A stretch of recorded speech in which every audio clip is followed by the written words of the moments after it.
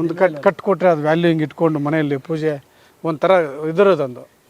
ಈಗ ಟಿಂಗ್ ಟಿಂಗ್ ನಿಮ್ಮ ಅಕೌಂಟ್ಗೆ ಹಾಕಿದ್ದೀನಿ ಅಂತ. ಅಷ್ಟೇ ನೋಡೋದು.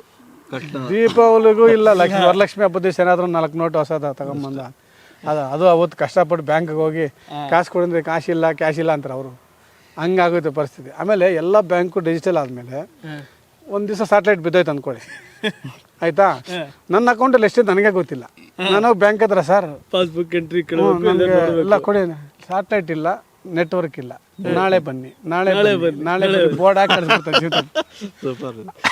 ಒಂದು 5,000 ಕೋಟಿ ನಿಮ್ಮ ಅಕೌಂಟಲ್ಲಿದೆ, ನಿಮ್ಮ ಕತೆ ಮುಗೀತು ಸ್ಯಾಟಲೈಟ್ ಬಿದ್ದಾದ್ರೆ.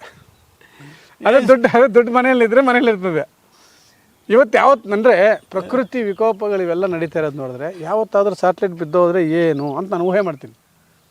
ಸ್ಯಾಟಲೈಟ್ ಬಿದ್ದೋದ್ರೆ ಹೆಂಗೆ ಬರಬೇಕಾಗಿದ್ದು ಬರ್ದೇ ಇರೋ ಟೈಮಲ್ಲಿ ಏನೇನೋ ವ್ಯತ್ಯಾಸ ಆಗ್ತಿರೋ ಟೈಮ್ ಅದು ಆಗಬಹುದು. ಸ್ಯಾಟಲೈಟ್ ಇಲ್ಲ, ಅಕೌಂಟ್ಸ್ ಎಲ್ಲ ಹೋಯ್ತು, ಯಾರಿಗೆ ಗೊತ್ತಿರುತ್ತೆ? ಮ್ಯಾನೇಜರ್ಗೆ ಏನು ಗೊತ್ತಿರುತ್ತೆ ಯಾರ ಅಕೌಂಟಲ್ಲಿ ಎಷ್ಟಿದೆ ಅಂತ? ಮುಂಚೆ ಬರೀತಿದ್ರು, ಈಗ ಬರೆಯಲ್ಲ. ಅಕೌಂಟ್ ಒಂದು ಗೈಡ್ ಮಾಡೋರು, ಈ ಅಕೌಂಟ್ಗೆ ಸೈನ್ ಮಾಡಿ ಏನೂ ಇಲ್ಲ. ಈಗ ನೀವು ಹೋಗ್ಬಿಟ್ರೆ ನಾನು ಕಾಸು ಕೊಡಿ ಬ್ಯಾಂಕ್ ಹತ್ರ ನಿಂತ್ಕೊಂಡ್ಬಿಟ್ರೆ ಅವನು ಅದೇನಂತಾರೆ ಇದು ನೆಟ್ವರ್ಕು ನಮ್ಮ ಪರಿಧಿಯಲ್ಲಿಲ್ಲ, ಸರ್ವರ್ ಇಲ್ಲ ಅಂತ ಒಂದು ಬೋರ್ಡ್ ಹಾಕ್ಬಿಟ್ಟು ಕೂತ್ಕೊಂಡ್ರೆ ಎಲ್ಲರ ಕ್ಯೂ ನಿಂತ್ಕೊಂಡು ನನಗೆ ಊಹೆ ಬರ್ತಾ ಇದೆ. ಸ್ಯಾಟಲೈಟ್ ಬಿದ್ದೋಗ್ಬಿಟ್ರೆ